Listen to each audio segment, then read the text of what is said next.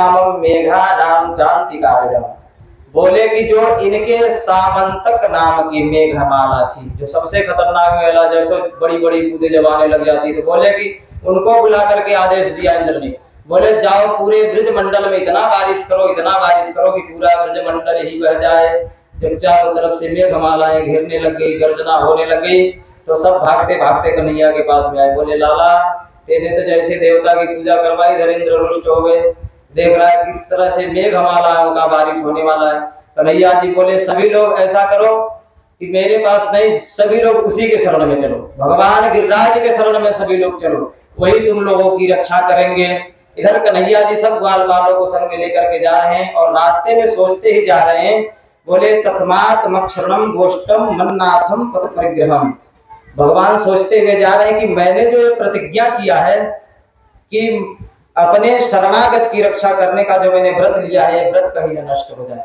भगवान अपने मन में विचार करते करते जा रहे हैं और सर्वभूतेभ्ययम्यम ददाति, कि मैं ये मान करके चलता हूँ कोई भी भक्त अगर उसने हमारे ऊपर सब कुछ समर्पण कर दिया तो उसके लिए अभयम ददाति, उसके सभी भयों से मैं मुक्ति दिला करके अभय दे देता हूँ। भगवान कन्हैया जी सभी को लेकर के गिरिराज महाराज की तलहटी पर पहुंच गए। जब गिरिराज महाराज की तलहटी पर पहुंच गए, भगवान बोले चलो सब मिलकर भगवान को उठाओ।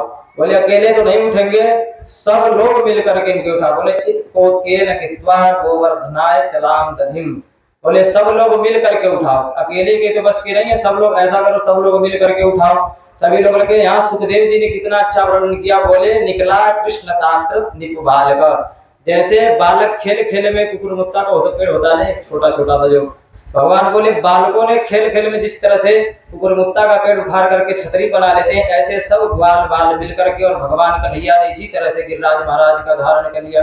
बोले 7 कोस के गिरिराज महाराज, यानी कि 21 किलोमीटर के गिरिराज महाराज, इतने बड़े पर्वत को और ग्वाल बाल ने मिलकर के, भगवान कन्हैया ने मिलकर के उनको नख पर धार उठा लिया और सभी लोग उनकी तलहटी में आ गए। सब लोग उसके अंदर जाकर निकल गए। सुखदेव जी कहते हैं परीक्षित कि गिरधारी एक न हस्ते न। सुखदेव जी ने तो ये नहीं कहा था कि भगवान ने एक अंगुली पर धारण किया था, भगवान ने कहा एक न हस्ते न, कि एक हाथ पर उठाया था। लेकिन बाकी जो हमारे ब्रज रसिक संत हैं वो कहते हैं कि एक न हस्ते न नहीं, कि भगवान ने नख पर अंगुली पर धारण किया था, कर्णिका अंगुली पर। एक न हस्ते न गोवर्धनाय दध्याम, कि भगवान ने अपने इस कनिष्ठिका अंगुली पर धारण किया था। अब हमारे ब्रजवासी क्या कहते, नहीं कनिष्ठिका पर नहीं धारण किया था, वो तो और चढ़ बढ़ के बताने लगे अपने भगवान की लीला। बोले तब किस पे धारण किया था? बोले उसने नख पर गिरवर धारण किया था। बोले कैसे? बोले महाराज कनिष्ठिका अंगुली की जो अग्रभाग की नाखून थी, केवल उस पर ही गिरिराज को धारण कर लिया था। हमारे ब्रज में बहुत अच्छी सब कथा भजन गाते हैं कि नख पर गिरवर लीनो धार, कन्हैया मेरो बारो। ओ नख पर गिरवर लीनो धार, कन्हैया मेरो बारो, कन्हैया मेरो बारो, नंदलाला मेरो बारो। नख पर गिरवर लीनो धार, कन्हैया मेरो बारो।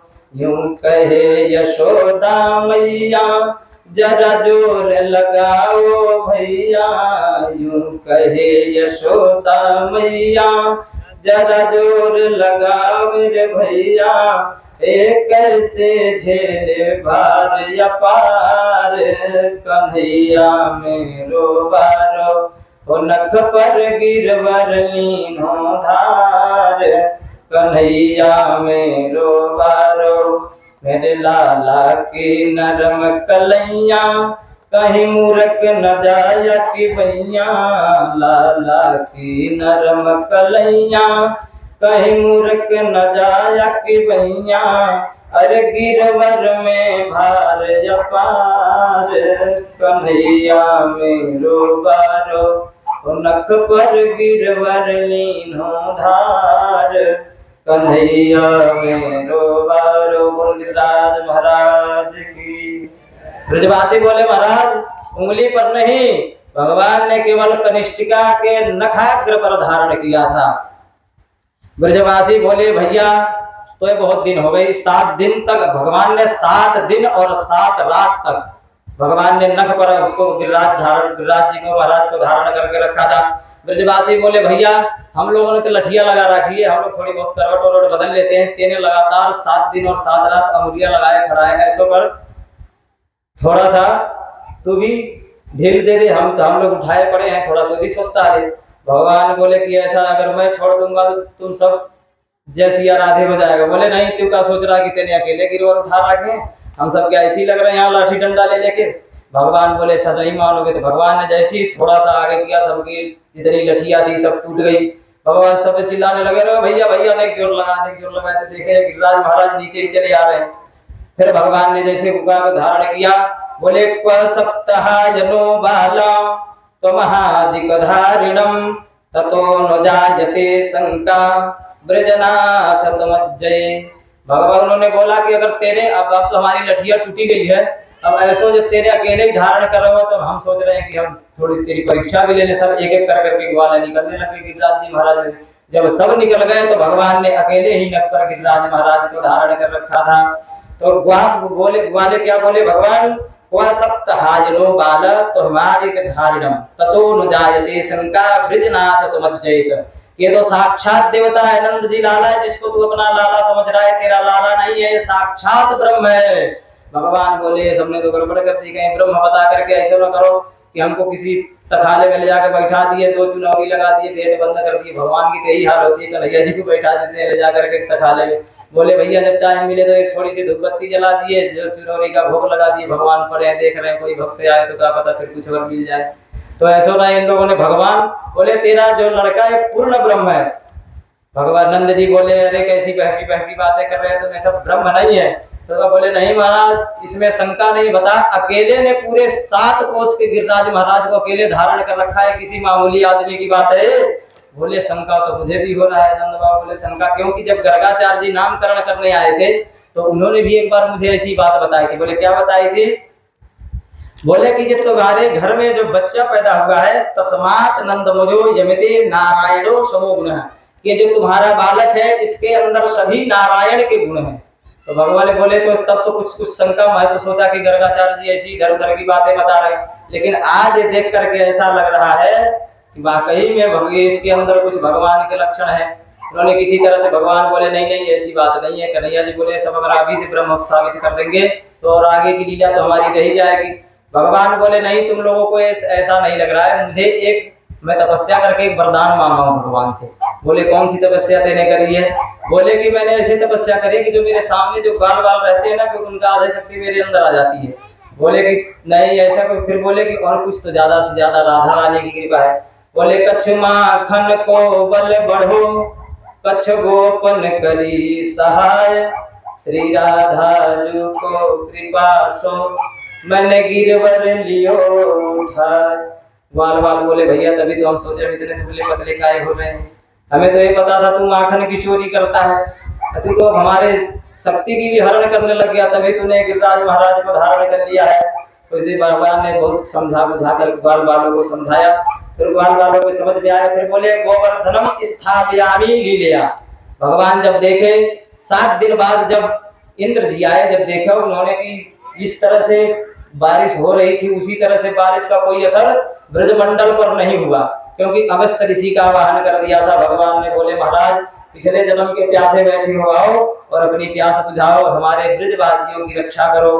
भगवान ने सब एक ही योग लगाया और पूरे 7 दिन के जल को ग्रहण कर लिया था। इधर भगवान जब देख लिया कि अब हमारे बस का नहीं है, इंद्र जी जब आए देखे कि स्वयं परम ब्रह्म कन्हैया यहाँ खड़ा है।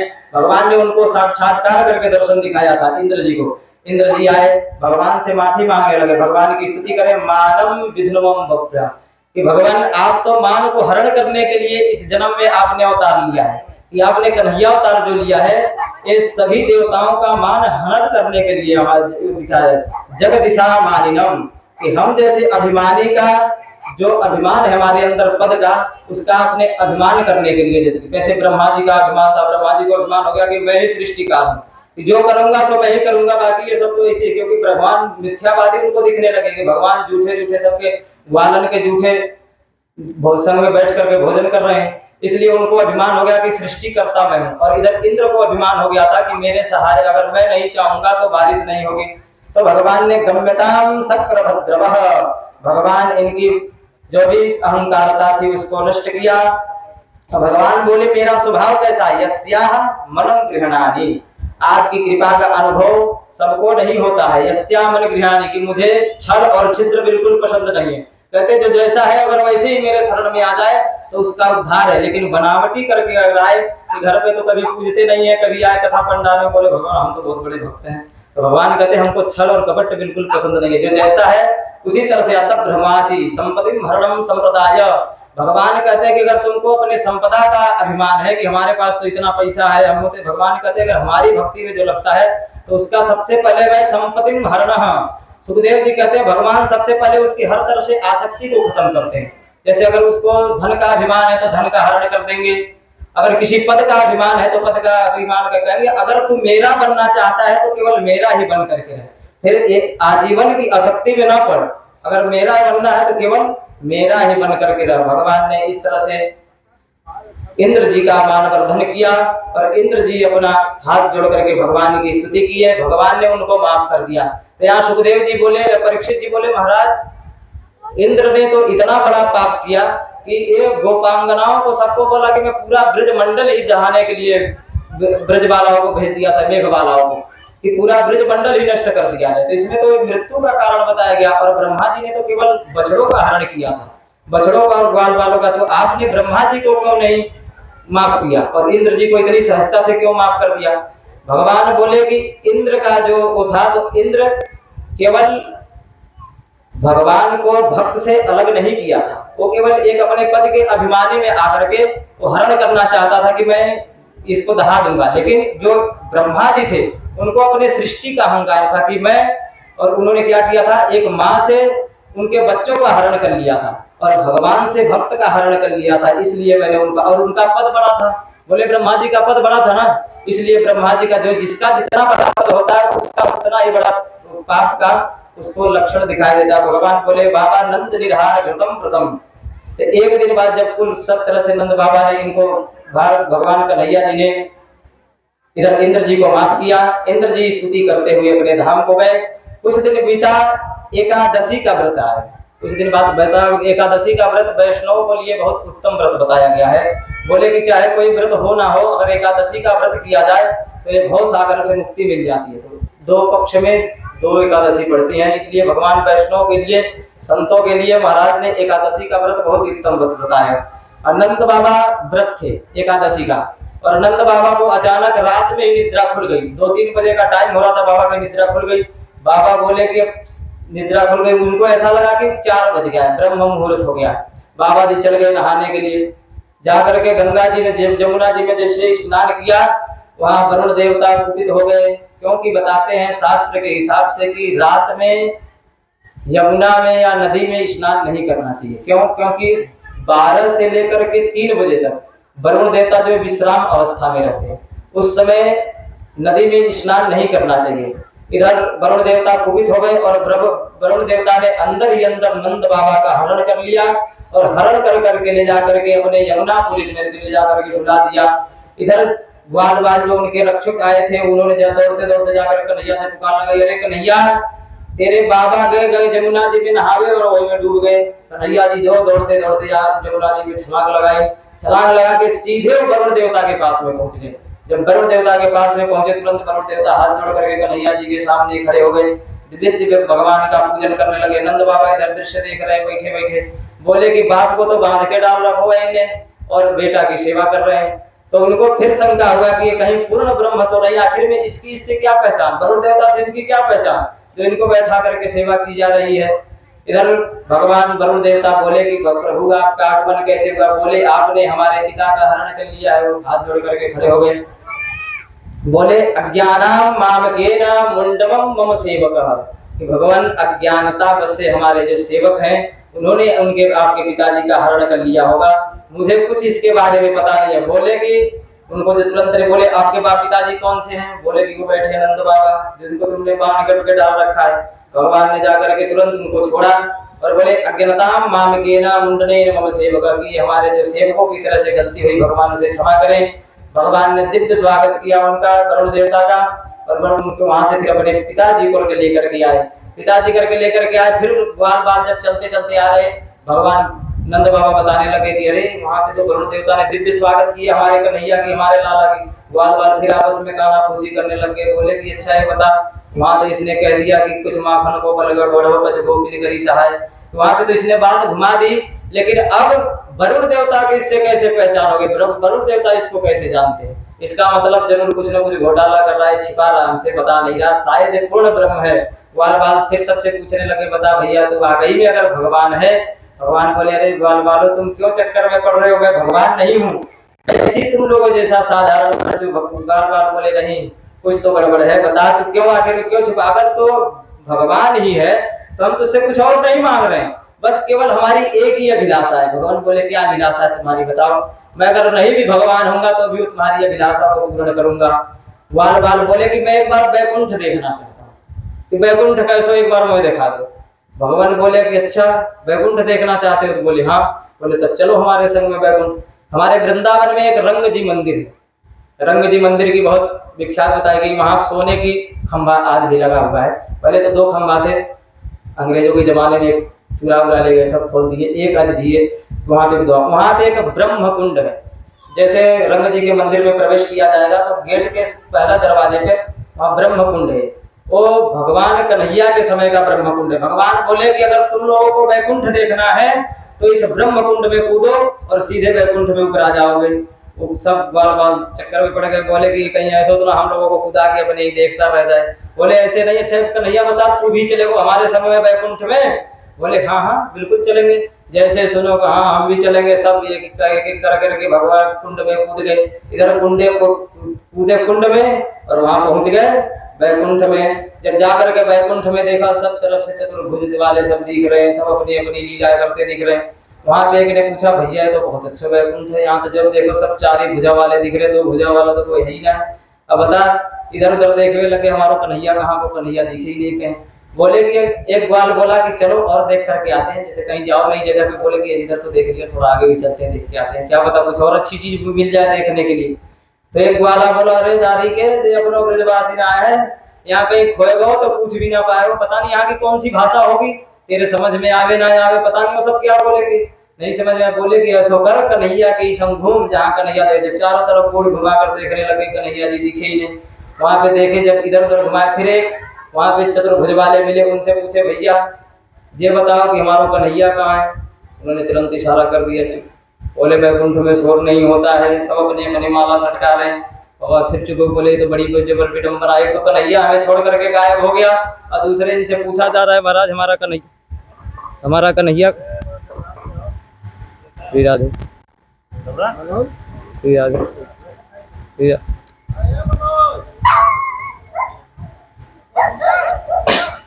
श्री राधे श्री राधे श्री राधे।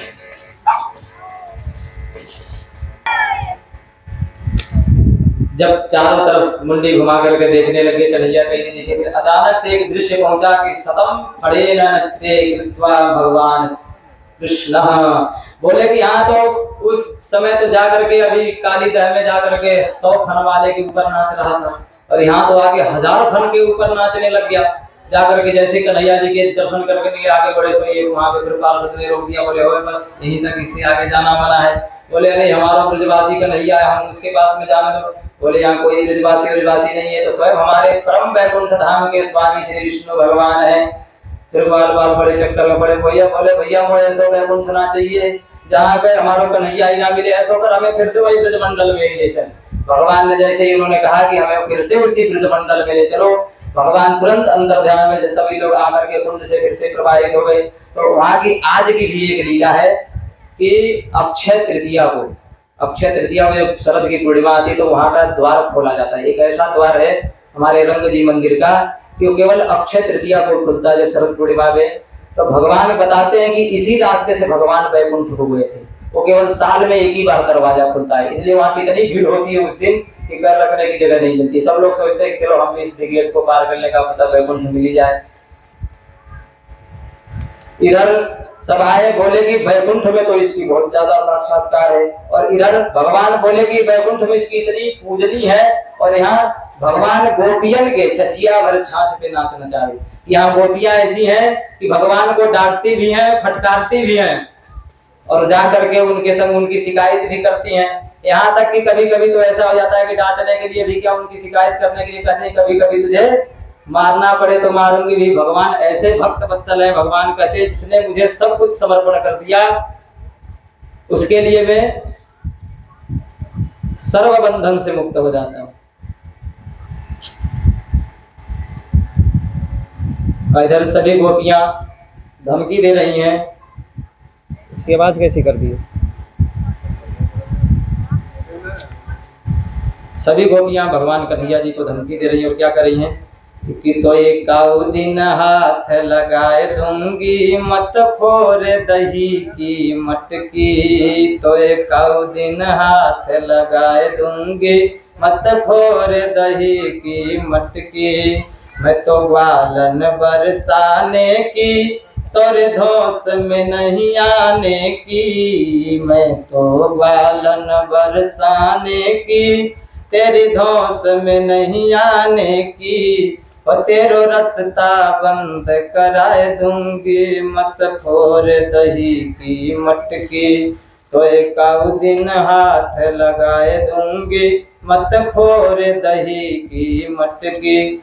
भगवान बोले सभी भक्त वत्सल की कृपा से जैसा भी चल रहा है सब बढ़िया है, इनका जो सिस्टम है। बोलिए फिर भक्त वत्सल भगवान की। इधर गोपियां भगवान बोले कि बताइए भगवान कितने ऐसे बंधन से मुक्त कर करके, इधर गोपियां डांटती फटकारती हैं और भगवान की इतनी सेवा होती वैकुंठ में जा करके, और इधर किसी तरह से सभी लीला भगवान ने समापन करके इधर आ गई शरद पूर्णिमा की रात। भगवान रास रचाने के लिए आए, और आगे की कथा हमारे गुरुजी महाराज सुनाएंगे। रास की कथा आप लोगों को दिव्यमयी कथा सुने। जय जय श्री राधे, जय जय श्री श्याम।